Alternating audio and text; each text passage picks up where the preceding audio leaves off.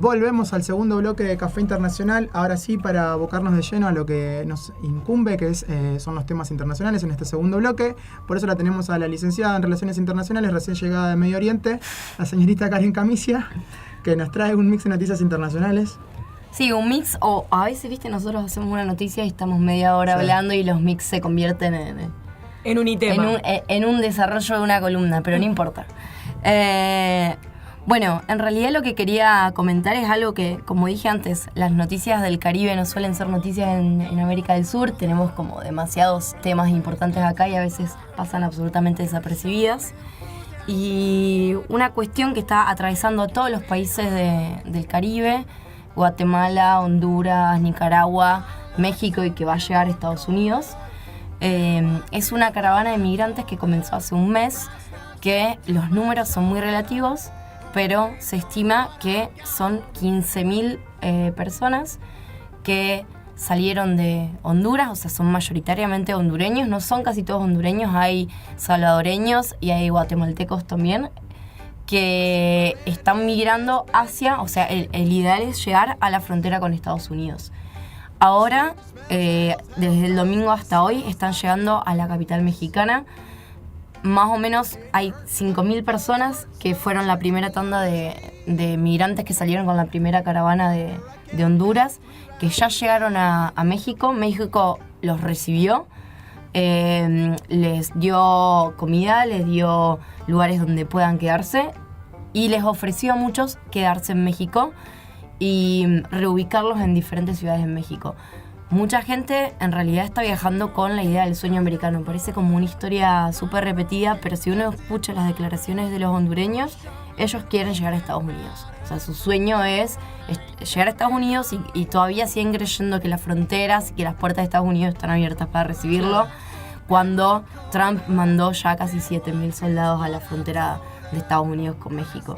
Y además incursionan la idea ahora de que no darle la nacionalidad norteamericana a los hijos de indocumentados nacidos en Estados Unidos. Exactamente, entre otras cosas. O sea, de hecho Trump lo que solía decir es que no se le iba a hacer tan fácil a los que lleguen pidiendo asilo, que los iba a tratar de retener la mayor cantidad de tiempo posible en Estados Unidos, tipo en unas carpas, dijo él, apartados, el tiempo que sea necesario hasta que se resuelva la situación o de asilo o la situación que sea de esas personas migrantes que llegan a Estados Unidos.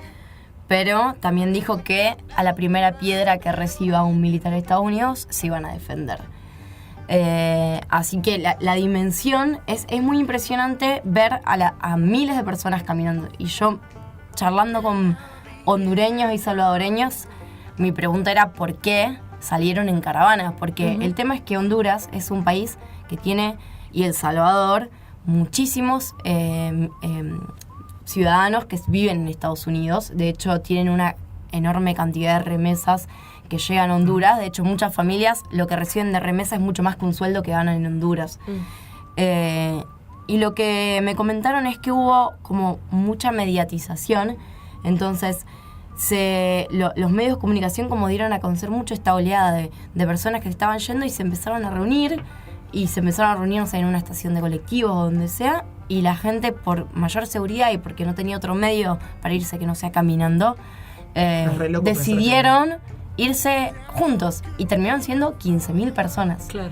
Imagínense que ahora están en México, más o menos son 900 kilómetros hasta la frontera con Estados Unidos y caminaron más de la mitad de eso.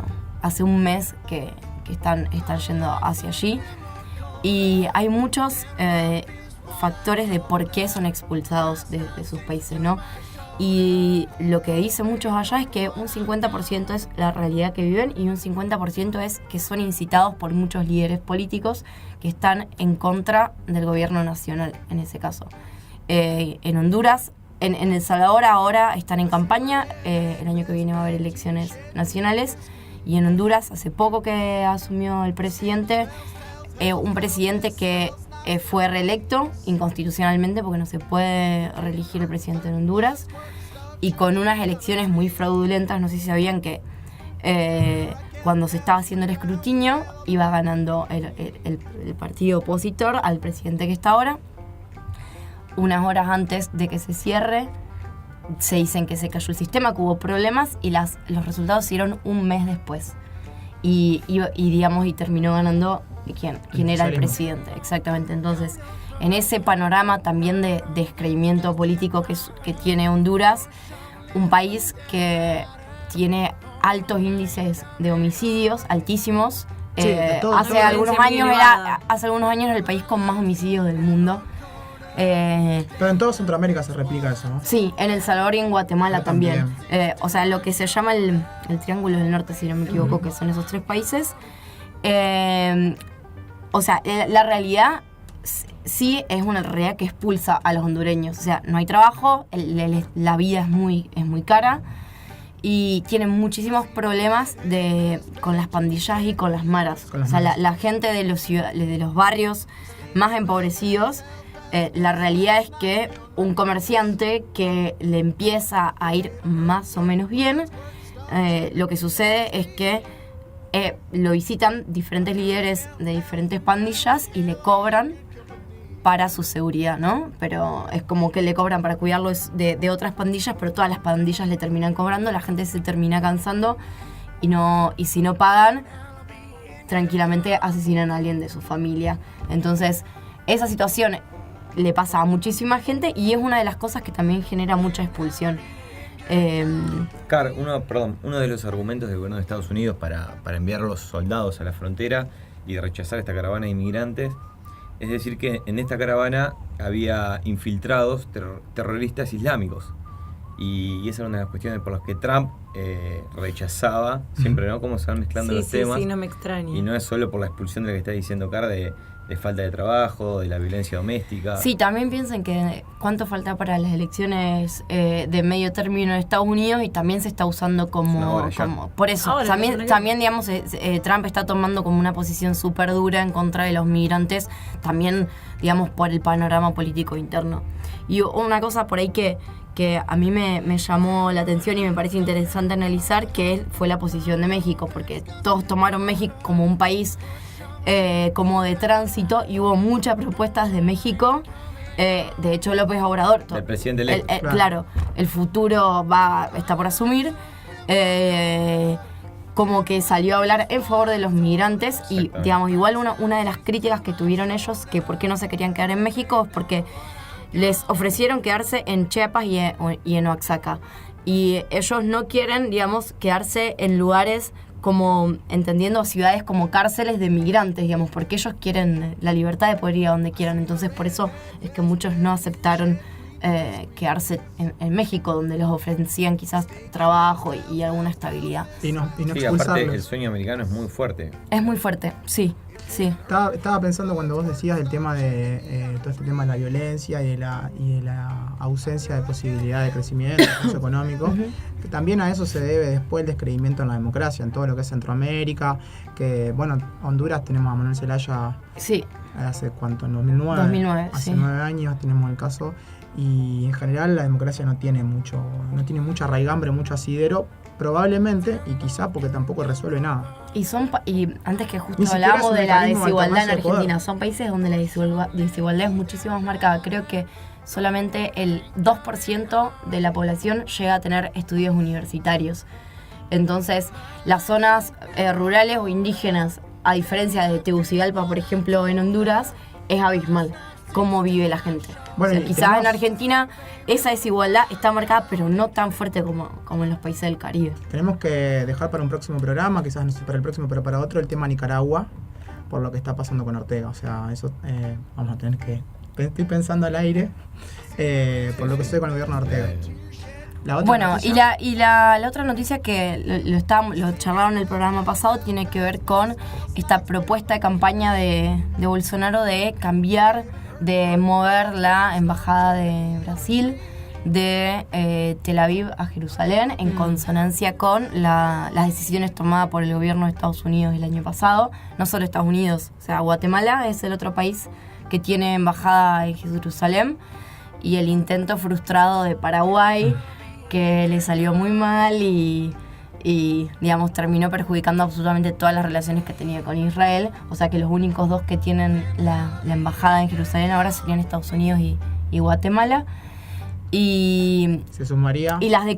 y se sumaría a Brasil, y las declaraciones de Bolsonaro están como orientadas a decir que cada país tiene el derecho a decidir cuál es su capital. Y si Israel cree que su capital es Jerusalén, ellos van a poner la capital donde su país considera que debe ser la capital, digamos, desconociendo. Bueno, dentro de todo el mamarracho que es Bolsonaro, y acá a la negra por ahí no le gusta la palabra, o Me encanta. cachivache que dijo la Me otra vez. encanta. Una de las consecuencias de tener este tipo de liderazgo es su falta de formación y decir este tipo de cosas. ¿no? Burradas. Claro, burradas. pero en realidad es también Pero garpa. la falta de Eso asesoramiento y el desconocimiento de la historia de No, un yo- país como Israel y la historia específicamente de Jerusalén, digamos. A ver, yo no creo que sea esto libre albedrío, que él lo haya decidido, sino que es No, asesorado. El tema es que es una Por burrada Steve muy Bannon. grande. Sí. Claro, pero yo no lo veo como una burrada. Para mí es una decisión política que tiene un montón de intenciones. Uno de los problemas que decían que podía tener Brasil era que tiene muchos socios comerciales árabes a los cuales le vende carne. Y Entonces, tiene una comunidad árabe muy Muy fuerte, grande, además. Brasil.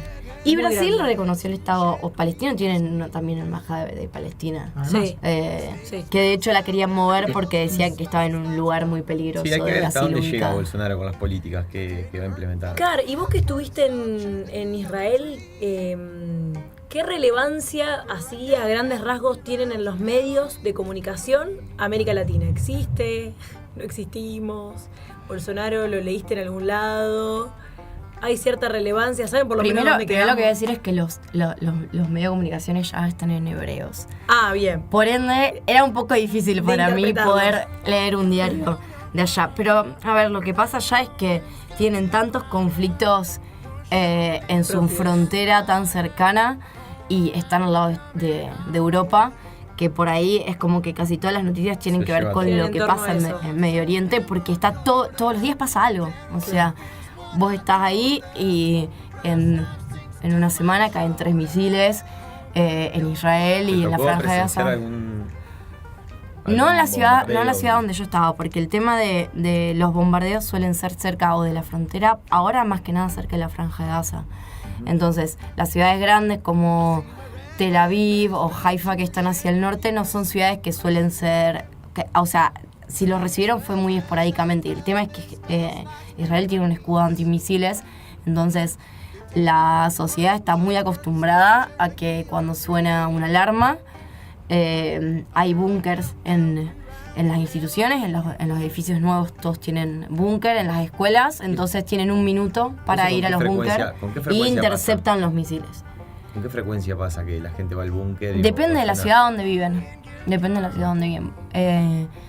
Yo estuve en una ciudad que se llama Beersheba, que es una ciudad universitaria gigante, que tiene un polo tecnológico muy importante y... O sea, algo que es impactante es que cuando uno piensa en dónde cae un misil, se imagina que cae, o sea, para nosotros que vivimos en Argentina, que cae en el medio del desierto, en una chocita. No sé, eso es lo que todos los latinoamericanos nos imaginábamos. Y cuando fuimos a ver dónde había caído el misil, hacía 2 días atrás, había caído a 200 metros de la universidad más grande de Israel, en un barrio de clase alta, había caído en una casa, por ejemplo. Entonces, como... quizás los medios de comunicación para un lado y para el otro, las noticias que se llevan y que se traen son muy diferentes a las que uno ve cuando está ahí. Así que si quieren otro día hablamos más Muy sobre. bien. La última noticia. Me encantaría. Y la última noticia fue a pedido de mi compañero, que tiene que ver con el periodista saudita, que se confirmó que fue estrangulado y que todavía igual no se encontró su cuerpo y que hay descuartizado, estrangulado y Pará, Y disolvieron el cuerpo. explicitemos de quién estamos hablando. bueno, Porque si no, de Khashoggi, que es un periodista saudí que estaba Exactamente. radicado en Estados Unidos, era crítico a la monarquía saudita. Ujú. Y se estaba por casar con otra saudí, ¿así es? No, con una turca. Una turca. Una turca. Era la embajada saudí. Ingresa a la en Turquía. embajada En saudita Estambul. en Estambul, en Ujú. Turquía, y nunca más volvió. Ujú. Mientras su mujer lo esperaba afuera porque él sabía que podía llegar a pasar eso. Claro, y el Ella tema sabía es y- la falta de cooperación del gobierno saudí para poder esclarecer lo que Esclarecer. sucedió. Creo que a partir de algunos audios se empezó la investigación, pero todavía... y hay parte, no sé si no es el hijo del futuro... El príncipe. El príncipe Saudita. de Saudita que está involucrado, por eso también se están poniendo muchas trabas para la investigación del caso de este periodista. Bueno, no, yo se lo había pedido a ella en especial porque es un tema que estuvo en Ujú. medio de comunicación a nivel internacional, pero también tiene que ver con la cobertura mediática o la no cobertura de que no tiene Arabia Saudita, digamos, Ujú. como un gran aliado de Estados Unidos en el Medio Oriente y al que nunca se menciona, digamos, nunca se menciona que 15 de los 19 terroristas que atacaron las torres en Estados Unidos en el 2001 eran saudíes. Eran saudíes. Y siempre están Sí. echándole la culpa a otros países que quizá también Sí, tienen el mismo principalmente problema. fueron los medios de comunicación turcos los que empezaron a dar a conocer Y esta eso que noticia, Turquía sí. sufre otro fenómeno como el de Erdogan. Así que Ujú. imagínense que aún con Erdogan ahí, la noticia se Ujú. viralizó y fue muy potente. Y bueno, lo que pasa es que no se encuentra el cuerpo, eso Ajá, es lo más llamativo de todo. exactamente. Y lo que Sí. pasa es que no, la noticia es que no pasa nada. Claro, Claro. Porque Arabia Saudita ya reconoció ya reconoció. Sí. que fue un error de parte de los servicios de inteligencia, un error. Sí, está comprobado. Que murió en un interrogatorio Ujú. y escribía para el Washington Post. Sí, si no me ujú, sí. equivoco. Está comprobado en Sí. teoría que ese mismo día que él llegó a Estambul Llegaron llegaron espías saudíes que estuvieron ahí, que inclusive estuvieron en la embajada, con lo cual Y se fue el mismo día. sí, con lo cual está bastante Ujú. cerrado el caso, por lo menos desde el punto de vista así, o de lo que suponemos. Bueno, como la repercusión internacional, como cuando es un aliado poderoso, lo que ya sabemos, ¿no? Pero el blindaje del que son parte, digamos, el gobierno saudí históricamente, desde la década del 30, que es un aliado, digamos, fundamental de Estados Unidos en Medio Oriente. Después de este recorrido, de este vuelo charter por distintos puntos del mundo, nos vamos. Espero que les haya gustado este nuevo episodio de Café Internacional. Tuvimos una muy jugosa charla con Rubén Darío Galassi, un referente del socialismo, hablando de todo, hablando un poco del gobierno nacional, pero de lo que nos puede parar o de lo que le puede parar un frente socialista o progresista o como quieran llamarle, o de centro izquierda para el año que viene, probablemente con Lifchitz a la cabeza. Hablamos del tema provincial, obvio, y del tema local, y ahora este mix de noticias internacionales. Los esperamos la semana que viene. Muchas gracias.